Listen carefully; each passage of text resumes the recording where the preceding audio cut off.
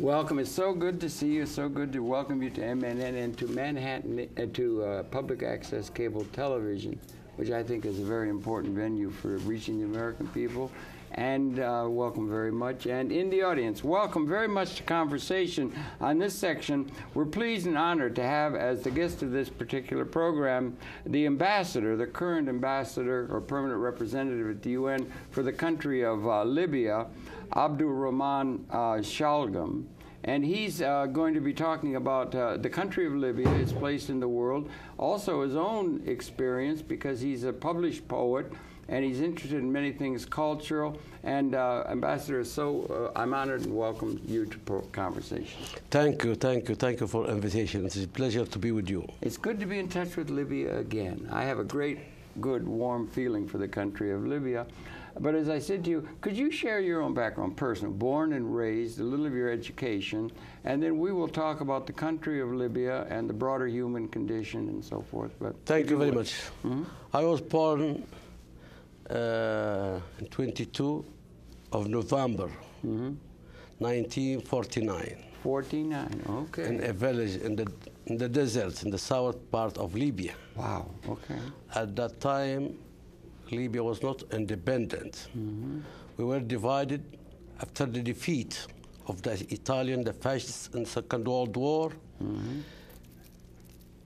The government of Charles de Gaulle came from the south, came from Chad, and invaded the southern part of Libya. I didn't know, okay. While the British, after the Battle of Al-Alamein, the British came from Egypt and conquered the Italian and the Roman battalion, and they occupied Tripoli and Benghazi. But my region was under the French occupation. I see. I born in that period. Then I studied in my village. I studied Quran, our holy book, and the primary school. After that, I left to Sebha, the capital of the south, Sebha. Oh, yes. The city Sebha, where Gaddafi studied also. He did? I didn't realize. Yes, I studied in the same school. I think that Al-Hudari, who had been ambassador, yes, was from there too, in the south. We were from the same region. Yes, right, okay. And after the secondary school, I went to Cairo. I studied in Cairo University. I studied in the Faculty of Arts. Of Arts, okay. That's yes, as a young man? You're young? Yes, at that time I was young, yes. I graduated as a journalist from Cairo University. Journalism. Journalism. I studied journalism in Cairo University. I worked in Al-Ahram. Yeah. Big. Quite famous newspaper. Absolutely. And in Jamahiriya, Al-FAJR, Al-Musawwar. And I had the occasion also at that time was Kulthum. Yes. The famous singer as women and others, Abdul Halim Hafiz. Cairo was very active. At that time, after the war of 1967, the time of Gamal Abdel Nasser, I was there, and the war continued between Egypt and Israel. I was there as a student.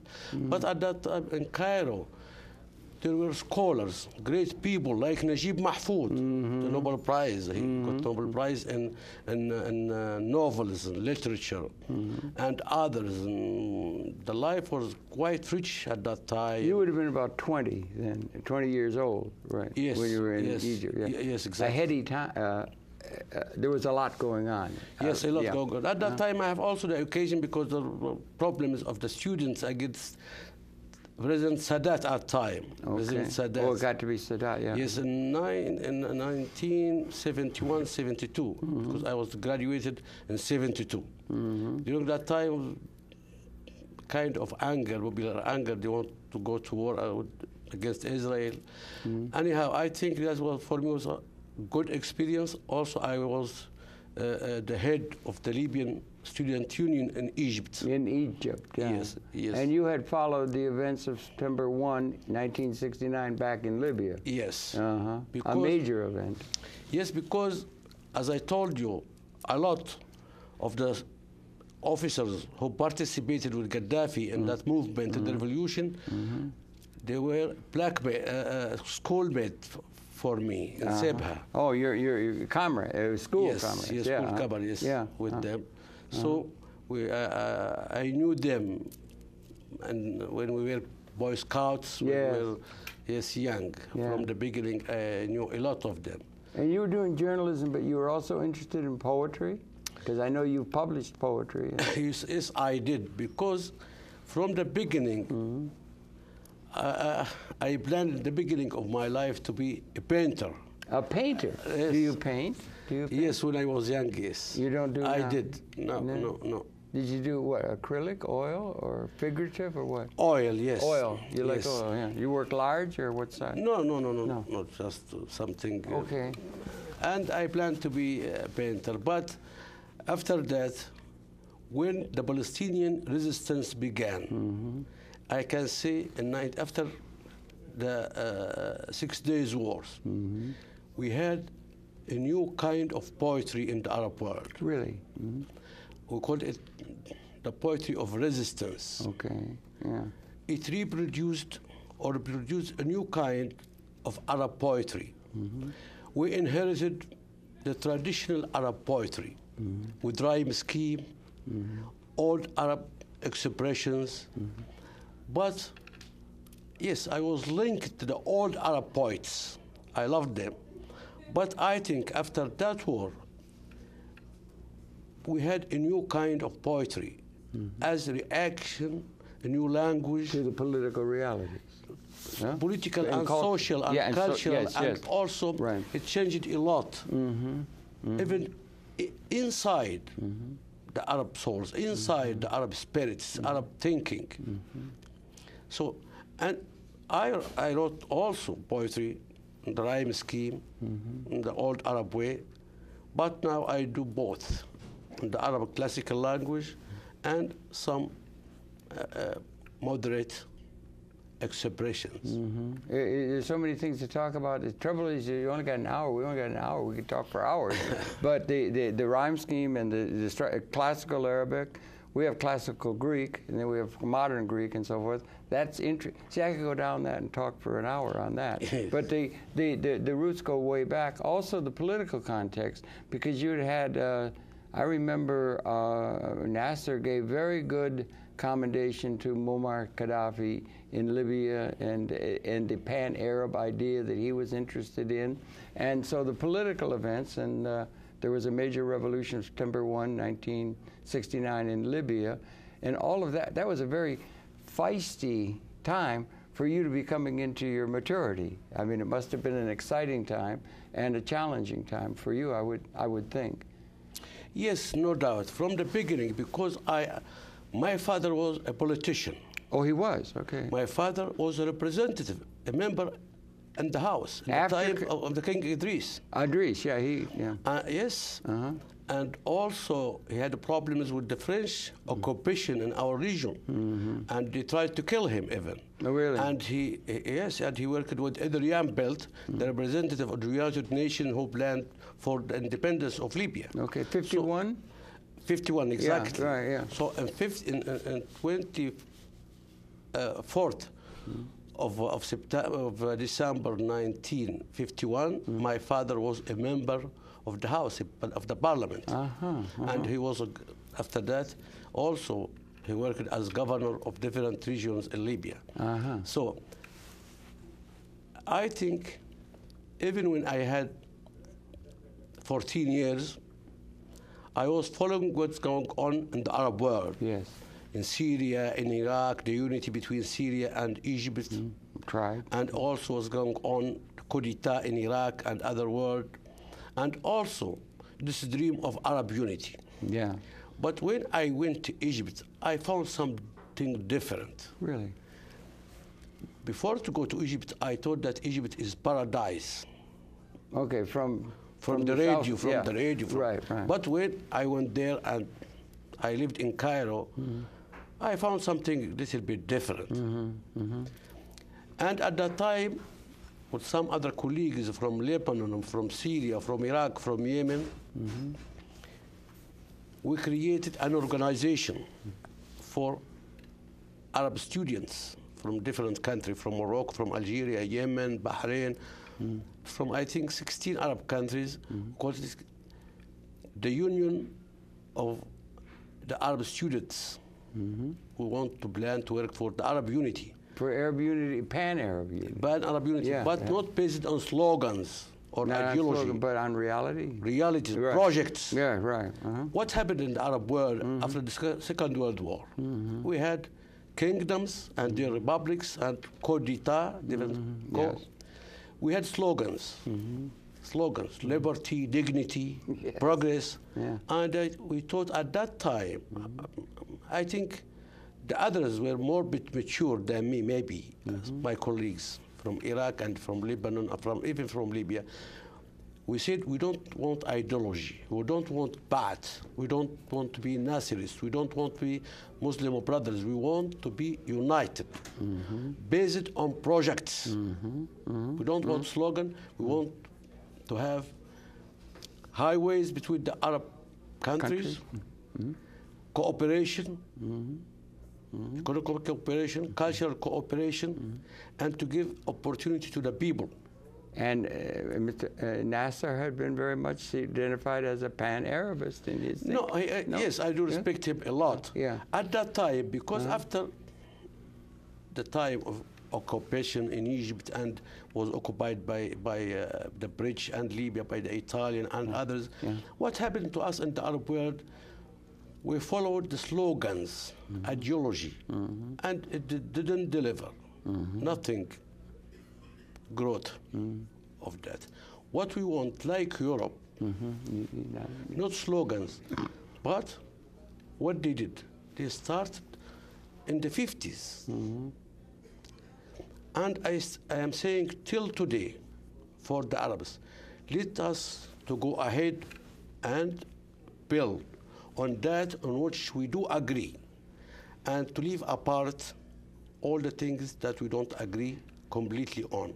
Do you think there are geopolitical forces in the world that do not want to see a united Arab identification? No, I don't agree about that. Okay, I don't agree. I don't agree.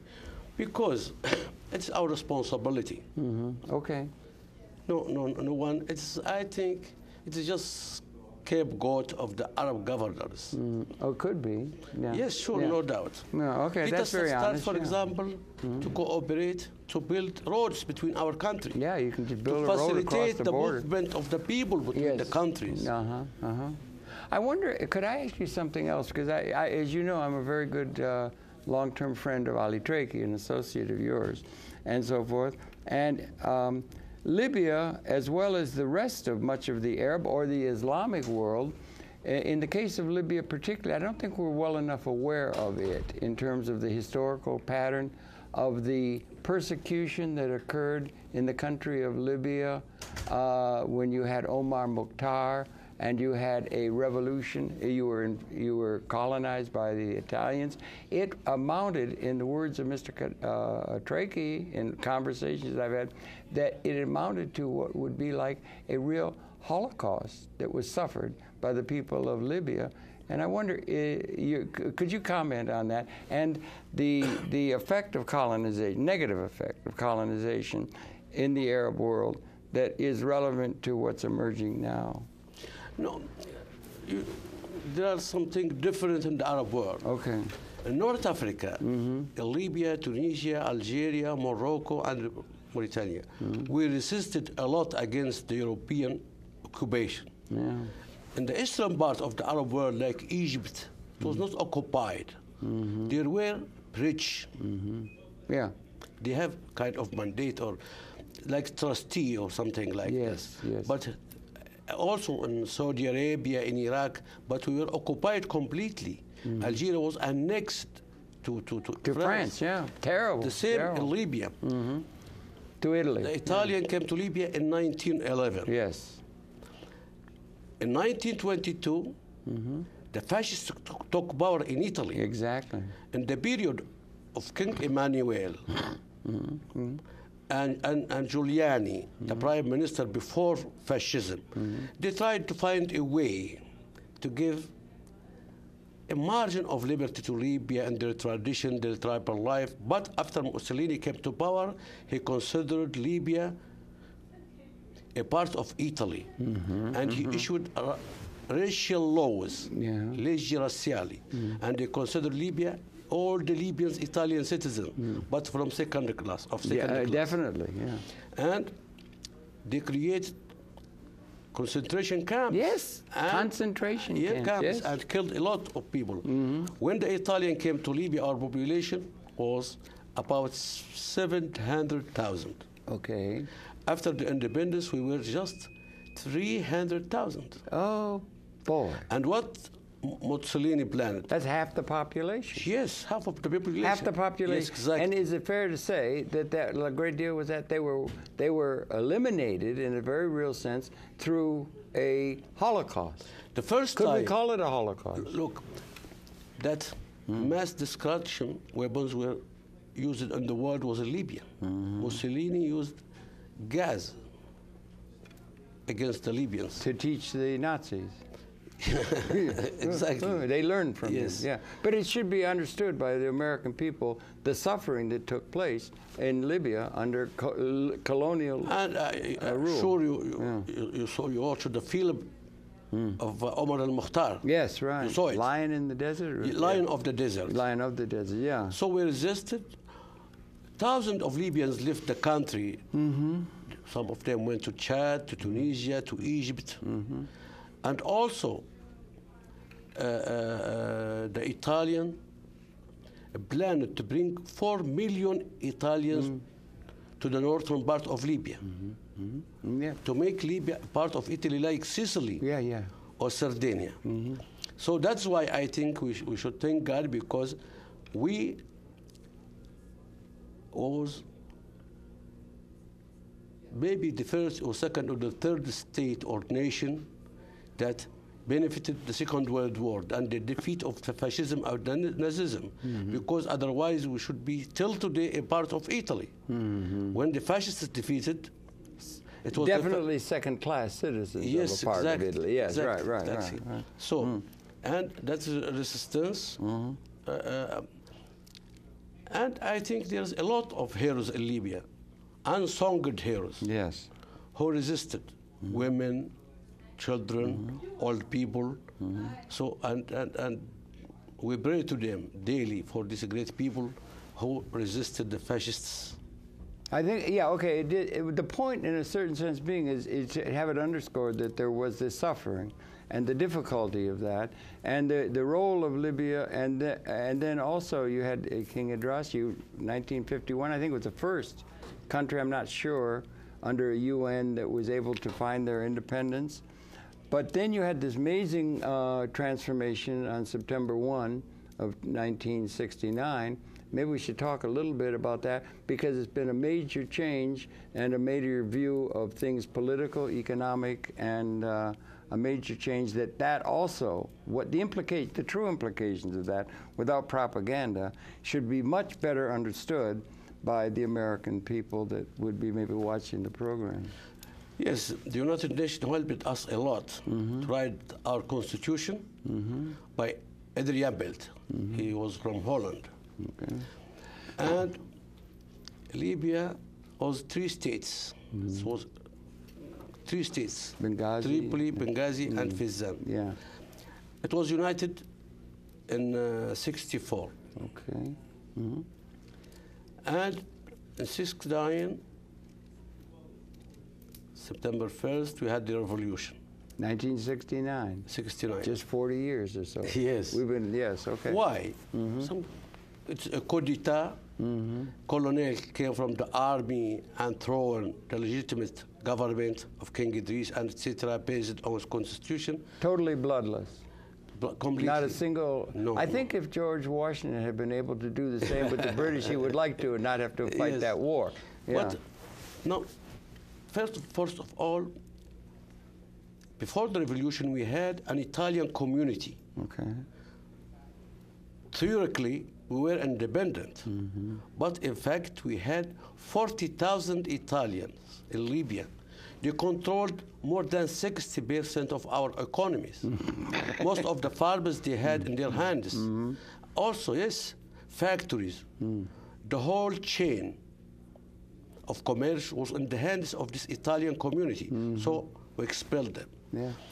Then we had 5 American... After the revolution. After the revolution, military bases. And that was backed by the Libyan people from the very beginning? From the very beginning, yes, Okay, yeah. 100%. And also there were military bases, American, Willis and others. Okay, And other bases in Libya? Yes, Yeah, okay. it is the main military base was in Tripoli. Okay. The biggest military American base outside the United States was in Wales and Tripoli. It wasn't the SAC base at Willis? Yes. That was a big Air Force base, the Willis, right? Yes, Wales was the biggest American military base outside the States, outside Really? America. Is that true? Yes. In Libya? Because Yes. it's so strategically Yes, placed. yes. It still is, one might add, to the world.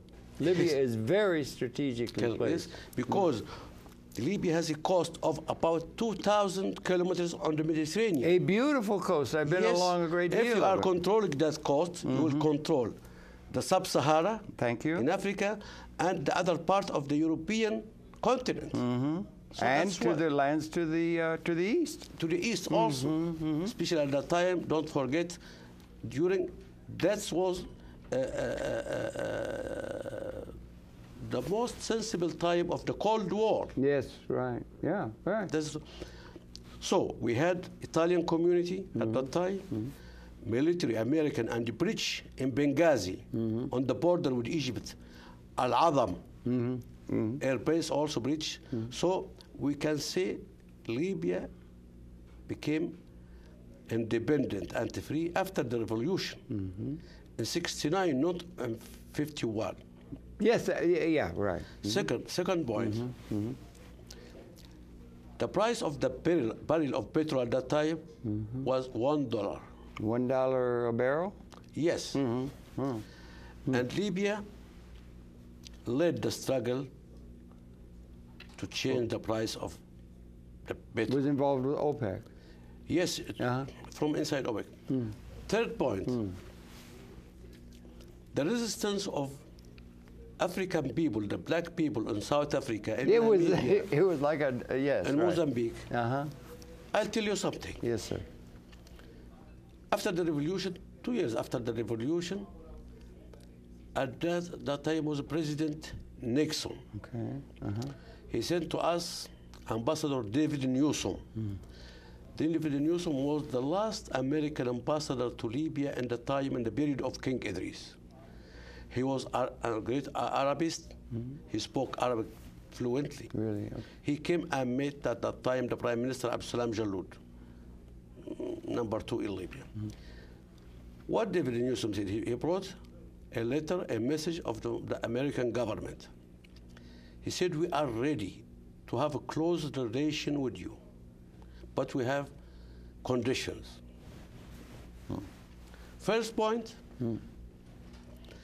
not to support the Palestinians. Second, not to support the African National Congress of Mandela. Yeah, that's right. Yeah, right. Yeah. Third, not to have close relations with Soviet Union. Not to attack the Arab who are allies to America.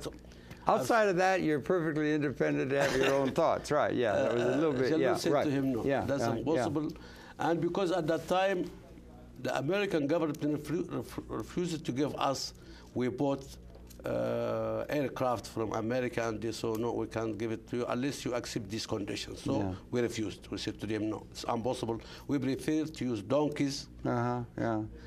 And to be free. And by the way, I think we might like to close Wheelers Air Corps Base too, and other military. Already closed. Yeah, it had been. That was one of the first things, I think. Yes, not closed at that time because it must have made. No. We sent them away in 1970. Yeah. And David Newsom came in 72. You're talking a little after, later, right? After. Yeah, but okay. So I said, after the revolution, we succeed to free Libya as a country. What are you talking about? Freedom. You're not free. You're Free, going to be under our thumb. Yes. We'll have a nice, close relationship as long as you stay under our thumb. Yes. Yeah, right. Huh? No Americans, military bases, no British military bases, no Italian controlling the economy of Libya, and indirectly also the politics of Libya. And we also helped a lot our brothers in South Africa against apartheid, and also we support our Palestinian against Israel. So that's why it was the revolution. Yeah. Not just we want to go to power and to be ministers or and maybe you could help me, because I don't know Arabic beyond shukran, hardly, you see. But there is a term, I don't know if it's Jamahiriya or something, but you call Libya the Jamahiriya, yes, which is roughly translated in English, the state of the masses. But could you deal with that, because it's called the Libyan Jamahiriya?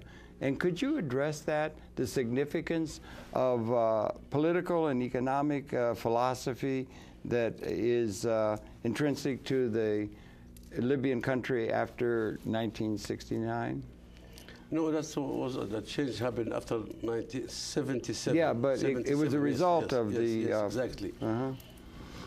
I think we try to do something, because a lot of time, you know, from the beginning, as Muslims, we had, after Prophet Muhammad, Al-Khalifa. Right. Khalifa, you can say the representative of God, like what's going on Iran. Someone on the earth, that's right. representative always in the sky. Yeah. And after that, we had the Ottomans, Turkish. Yes. Also, there was Khalifa. The people were just workers. They have no voice. Like serfs on a feudal estate. Maybe. Exactly. Yes, right. That, we've lived with that for far too long, don't you think? Yes. Kind of feudalism. And it continues in many ways in terms of a new name, but the same situation on a world scale. Exactly. Okay. And after that, we had the European during the period of colonization. What we want to do for our people,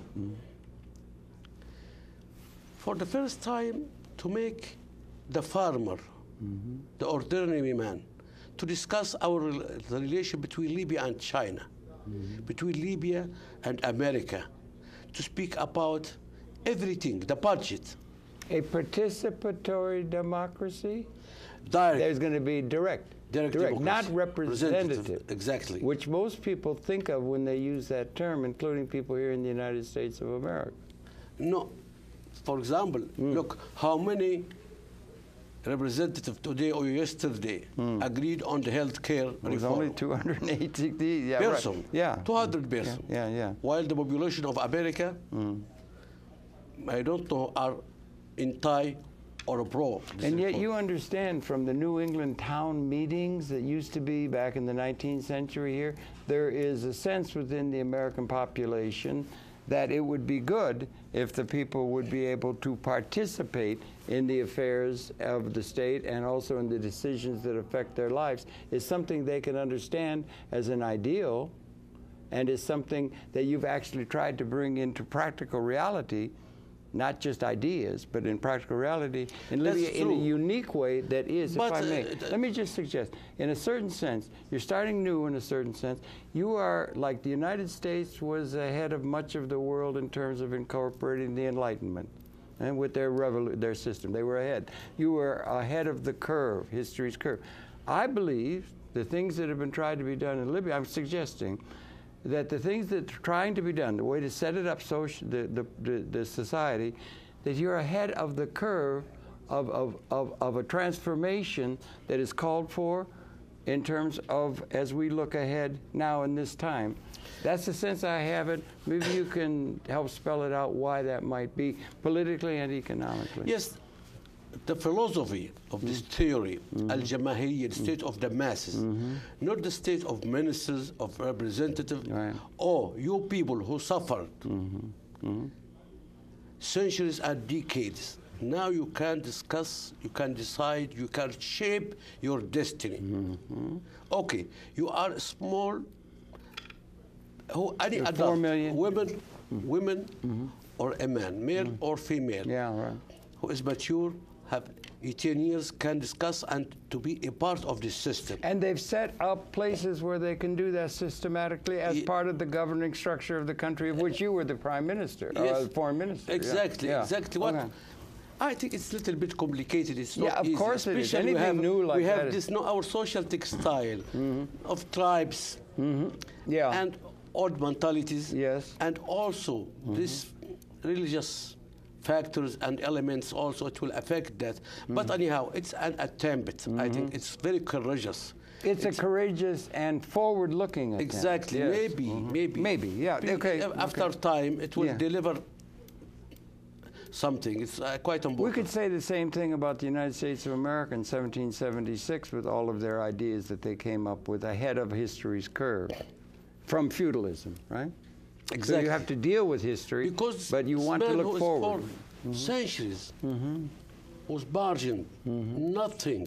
He didn't decide. He was completely a slave, actually. To say to him, you are now the governor. Come and sit on this chair and discuss all the matters, all the details regarding the future of your country. It might be worth mentioning for the people who are watching, because people are not well enough informed, American people, about the world in general, particularly Libya. But they actually have meeting halls, and they have like town hall meetings. In 1992, you've been aware that Mr. Perot ran for the presidency, and everybody was having town meetings. He got 20% of the vote within a bipartisan view of the world. But you have actually meeting places where people over 18, if I understand, men and women, can come, and there is attempts to be having sovereignty of the country vested at the level of these people's congresses. How unique that is, because it is a thing that could be much more destined to be emulated by the world at large, because the world calls out for such a thing, no matter where in the world you might look. It's a model that is very to be lauded. It deserves to be studied. Yeah, absolutely. To be followed. And I think because of this technology now, I can say this Jamahiriya, this state of masses, can have also the benefit of the technology. Maybe I am in my house and I have something on the screen regarding this issue, regarding that issue, what's like a daily referendum. And technically... Did you say daily referendum? For example... No, that's interesting. It can happen now with the technology. Exactly. Yes, Why not? Yes, Through internet, for example, yes, we can do that. What do you think about, for example, to reform this issue or that issue? Right. I can't give my destiny to 1,000 men. 1,000 men, for example, or women, and they have their own interests, they have their own problems. All the special interests, For example, let us, I think in some countries, maybe even here in America, you try it and you have a kind of that. But what... you could start on a new raza. For example, it's a reaction of the time, centuries, of what our people there suffered from the Ottomans, from the Italians, from the Spanish. Libya was occupied 14 times by the Italians, Spanish, Maltese, from Genoa, Sicily. And yet Herodotus said the new comes from Libya. You remember Herodotus saying that? Yes. There is the new, and it very well may be what you're attempting to do. This is something large, thinking that the model you're attempting to do, to establish within Libya, is one that the world could take attention to and think of it as a leading edge of history that will be unfolding in other parts of the world, because the change in the zeitgeist or the technological realities of the world is evolving around us. No, and it's a leadership position. I do remember my village, for example, 30 or 40 years ago. We had no electricity, no telephones, no roads, nothing. Now we have everything, everything. Second point, what's the problem we have today in the Arab world? In the Arab world, Islam. Okay, go ahead. The Arab world, especially, and also in the Islamic world. The problem of this reactionary mentality. What kind? Reactionary? Yes. Yeah. Okay. Thinking about the past. And no freedom for women. What happened in Libya? Now the woman is pirate. She is a judge. She is officer. You go to the university Minister. in Libya, it looks like Southern California. Yes. It's very advanced, yeah. Women is minister, lawyer, judge, ambassador in Libya. Open to education for them, all? Complete. To all, education to all. They should get that, because you were able to realize, before 1950 or so, you were able to realize that you had very, very valuable oil resources. No. Look, okay. Saudi Arabia produce every day 9 million barrels per day. They are more rich than us. But the women can't drive there. They can't even drive a car, I know. In Libya, the woman is a pilot. It's not a matter of money. No. No, okay. Because it's a matter of enlightenment. The Enlightenment. Exactly. The advancement of the Enlightenment ideas and ideals, yeah. Exactly. Yeah, right, okay. That's the real revolution, the social revolution. It's not a matter of money. Okay. No, the contrary. Yeah. For example, today Mauritania is very poor. Yes, Mauritania. I understand. But the foreign minister of Mauritania, she is a woman. Marvelous, yeah, yeah. While in other Arab or Islamic conservative countries, They can't drive. can't drive. Yeah. Can you compare? In Algeria, Louisa Hannoun, she is Marxist, she is Trotskyist, was candidated to the presidency. She was a Marxist Trotskyist? Yes. Trotskyite? Yes. Oh, good. From Algeria. Yeah? Okay. She was running to be elected as president of the country. Now, that's interesting, yeah? In Algeria. Yeah, right. And was there... It is not a matter of... It wasn't just a tiny little splinter or something. It had real a possibility? She don't. She didn't. She didn't have... No, but I understand what you understand what I'm saying. As an idea, it's an open society. While in some Arab countries, they don't agree even to be a lawyer or a judge, the women, I mean. That's the revolution. It's something comprehensive, I think. Yeah, that's a huge thing, isn't it? That's a huge revolution that's coming.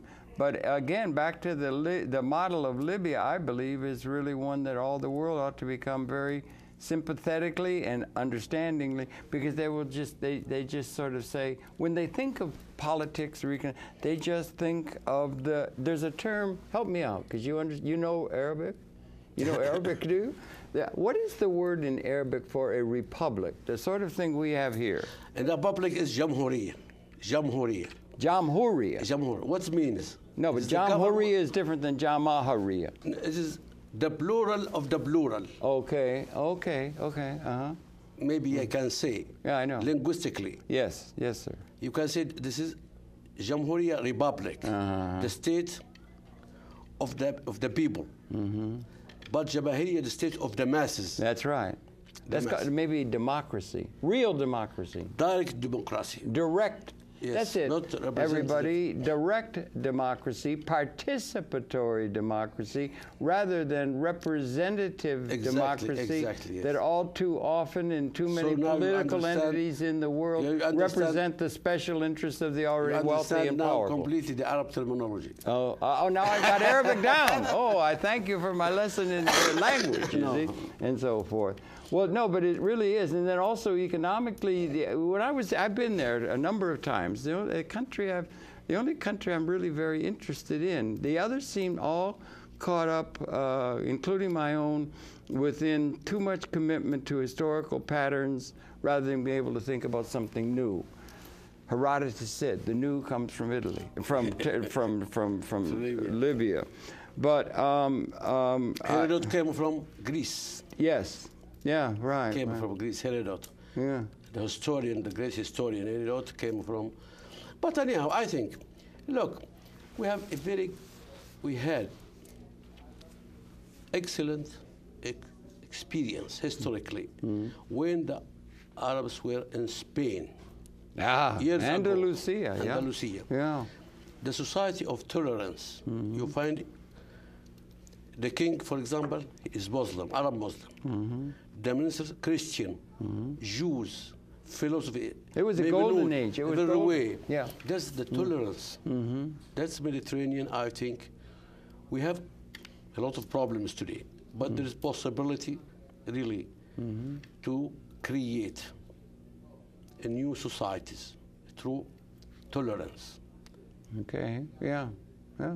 Without violence.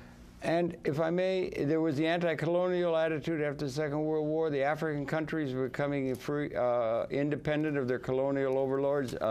India, the whole transformation from Columbus on until then. Yes. And it was a new world dawning and so forth. A lot of idealism. United Nations. You're at the United Nations now, and then the country of Libya has taken the lead. Not only in terms of Libya, we got to make sure we understand a little bit about the Man River project that you invested so heavily in, bringing water in massive proportions to the north and so forth. But they've also invested very heavily recently in the continent of Africa itself and have proposed the African Union now, as I understand, and then they've also are proposing that there be serious consideration to the establishment of a United States of Africa, and that's a very important reach to the south that has been initiated very largely from CERT or from Libya, it seems to me. 1990, yes. Yeah, and that's another major development from that strategically placed Libyan country, which, as you said before,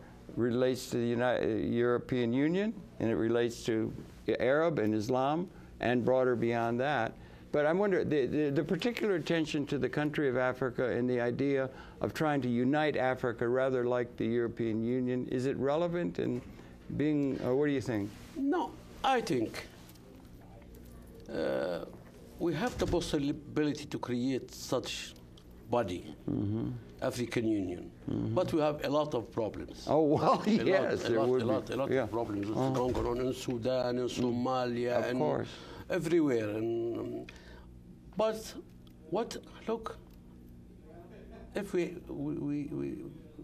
take the experience of Europe, after the Second World War, the wise people, the wise men in Europe, they met in Belgium, and they evaluated that horrible history of the Second World War. Horrible, yeah, in devastation. Yes.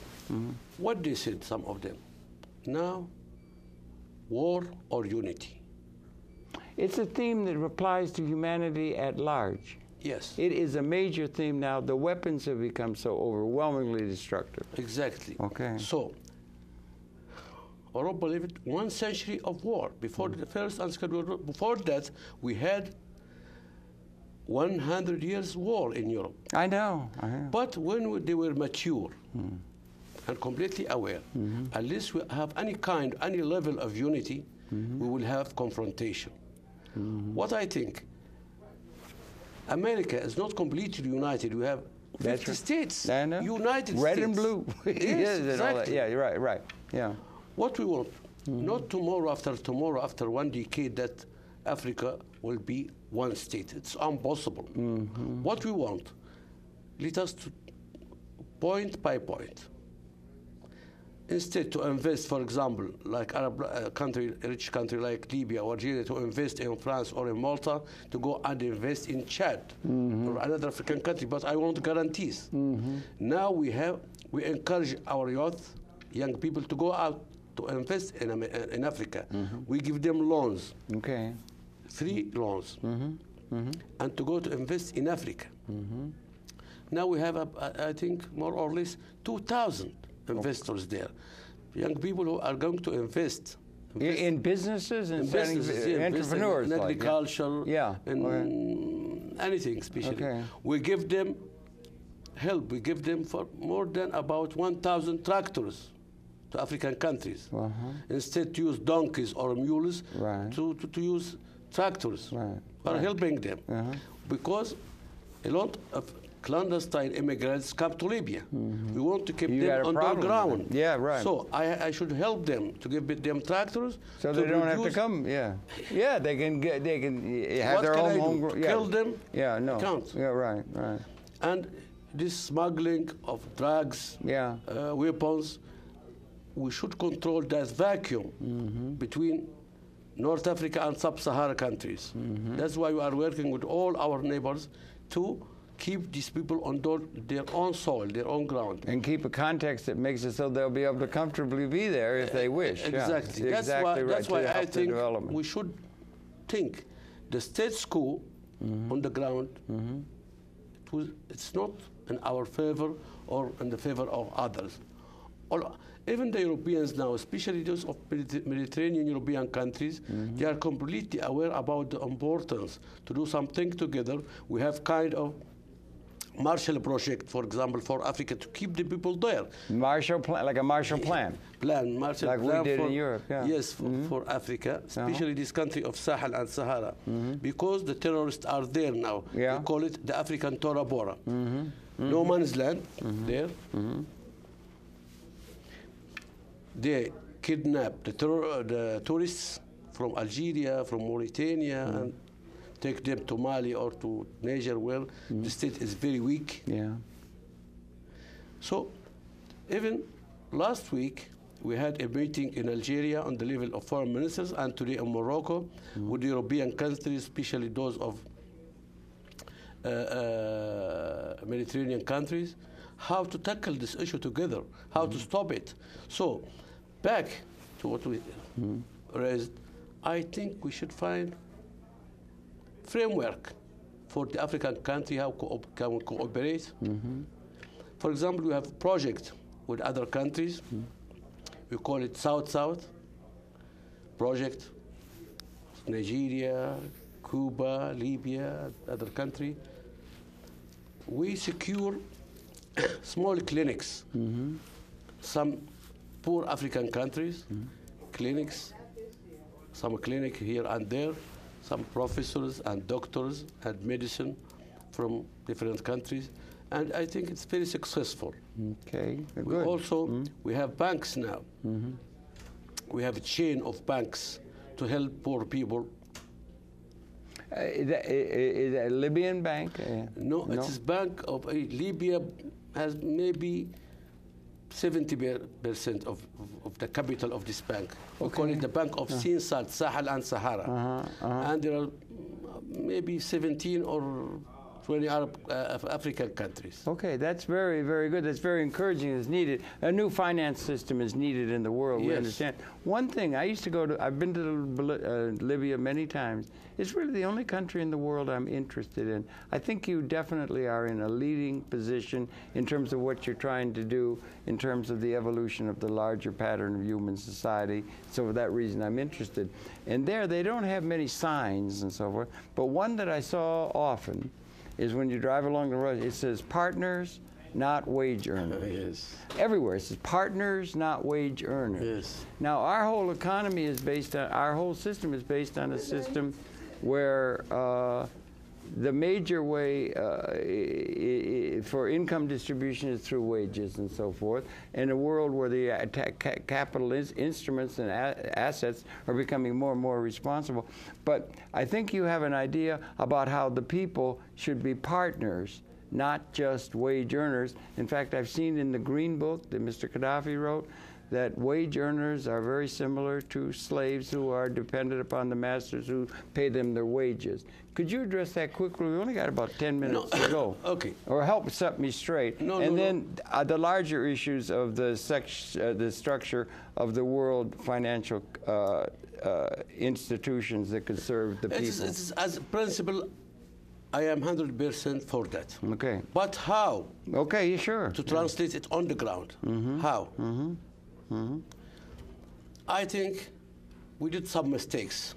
Well, if you didn't, you made, I'm surprised. You made a couple of mistakes. Exactly. I'm surprised you're only the country and people in the world who did not make some mistakes when they were making major changes. Exactly. I'm making a joke. Yes. Yes. Why? Now we changed our plans. Okay. Now we have economical organs, bodies, companies. Okay. And we say, okay, the people, come, you are a participant. There are shares, and the government will buy shares. Buy shares. Buy shares for the workers. I buy shares. You work in this entity, but you are one shareholders. Now, do you realize how revolutionary that is? And I'm not sure if you're familiar, but have you heard of the ESOP, or the employee stock ownership plans that have been tried to be brought into the American economy? No. No. We should, if I suggest here on camera, we should get together and have a cup of coffee and talk about it. It's a major development within American economic philosophy where the people, the capital finance should be not only raising capital for, for investing in the technology, but it should be distributing ownership to the people on large as an instrument of, among other things, income distribution. Did you study economics or not? Not too much. No. Lord Keynes. Okay, we have a massive economic thing roiling the earth now, but it's a problem maybe of being committed to the idea that it's all right for the assets to be owned by one group, and then only wages as a way of distributing income to the other. And I think that what you're trying to do there, you would be interested in this movement within the United States that I think is part of a pattern that's emerging on a world scale, because it's absolutely essential. And I just suggest that. No, I'm very intrigued by what you said. It's not socialism. And you've got to, no, it's not socialism. It's not capitalism. It's a kind of capitalism. Right, but exactly. And that's what the world might well need in order to arrive at the peak. This company does not belong to the government. Right, the state. No. I understand. You are working here, so I have money. You have your assets inside this company. You are working in your company. Right. So, and now we have another parallel also policy. We have portfolios. Portfolio, yeah. Portfolio. Any poor man, old man, he has percentage in this portfolio. There are people who is working for you, and at the end of the day, they come and say to you, Ali or Ahmed or George, your benefit is this 1, 2, 3. And you are in your house. If you are old, you are sick. They are working for you. Well, that's something I would like to know about. I think it's a major, we just had a tremendous, after September, 20th of 2008, we had a very, very crucial time in terms of the world economic order. And there's some sort of a new way for things to be related. The capital formation and the distribution of income, we need a new model. And I can't help thinking that much of what you do in Libya is heralding that kind of thing. And I'd really be interested in catching up on how things have been going. It's been too long since I've been there. Yes, in Libya, we don't have customers, for example. You don't have what? Customers in the, or high taxes. Customs. Okay, yes, or high taxes. So now Libya, free zone. People come from Tunisia, from Algeria, from Egypt to buy. It's very cheap, more cheap than Dubai or anything, any place in the world. Libya is maybe more easy to live. We absorbed a lot of our brothers from Tunisia. Our population about 6 million. It's 6 million now. While we have about more or less 2 million only from Egypt working in Libya. Only from Egypt. Yes, and 1 million from sub-Sahara. Yeah, okay. Yeah, it's a lot. Yes, and live and let live. So the Libyans are working there. As I told you, have a very huge budget for development. We dedicate $135 billion for development. 100. That's a lot of money. Ev Dirksen would have said. You're probably too young to remember Ev Dirksen. No, because Libya is a continent. It's very huge. Yes, yeah. To have highways. Yes. If you are going to build highway from Tunisia, western borders to Egypt. Yeah, right. Yeah. About more or less 2,000 miles. You also kilometers. You also have, and there's got this thing. You also have a very close. You're so strategically placed because you have the contact to the European Union, just across the Mediterranean. Yes, from the flight from Tripoli to Rome, it's a couple hours or something. No, 1 hour. 1 hour only. 20 minutes. Okay, that's good. And I don't know if you want to go into it or not, but you've had this recently it was in the news about a conflict with the country of Switzerland. I don't know if you want to go into that or not, but it's finished. I think it is. Has it been resolved? I think they had a meeting yesterday. Okay, good. In Brussels, and that would be they decided to revise the agreement Schengen. Oh, really? Visa. Yes. They have, really? Yes, That's a major They announced development. that, yes. Yeah, that would be where they could ban people as a whole group of people to come into the European Union if there was a conflict. Yes. They've gone away from that. Yes. Well, that's good. That encourages the contact between people. Well, I'll tell you one thing. It's very, very interesting to talk with you. And there's so many other things. The biggest problem in this conversation is that we don't have enough time. I could talk to you for 15 hours easily, and I'm very interested, and I thank you very much. You're now the representative at the UN, a major thing, and you've served as comparable to the foreign minister for that country. You've been in a position of great responsibility from when you were involved with all those students back when you were 20 years old. You've had that responsibility, and I congratulate very much on all of that.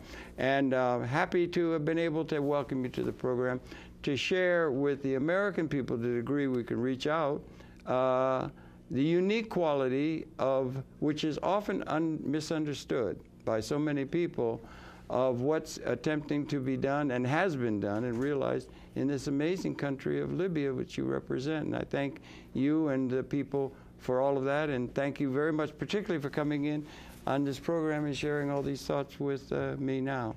So thank you very much. Thank you very much. Sorry we didn't have more time. They're just going to run some credits and so forth, so we could do that. We got a minute or so.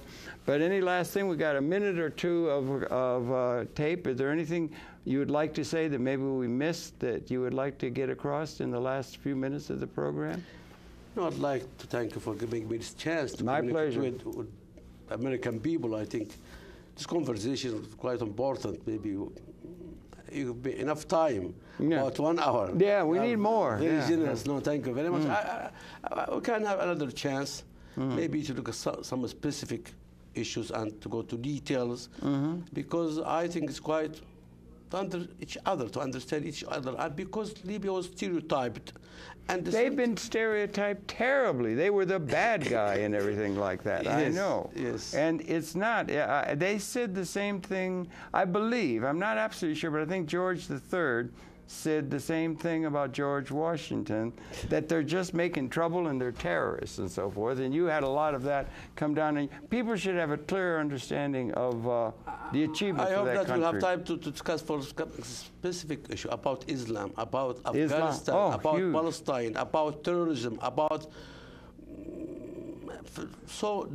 Financing. Yes, Financing. The idea, there's a coterie, particularly, I know a lot in Indonesia and so forth, who are really interested in understanding Sharia compliant financing, where we got around the proscription against usury in the West, put that on the world, and there may be a group of intellectuals from the Islamic community who's going to be suggesting something that is in keeping, they call it Sharia compliant, if I want to learn about it, where they can get around the conundrums of having allowed, that we have, for having allowed usury to come into the system that gave us so much trouble just a couple of years ago and still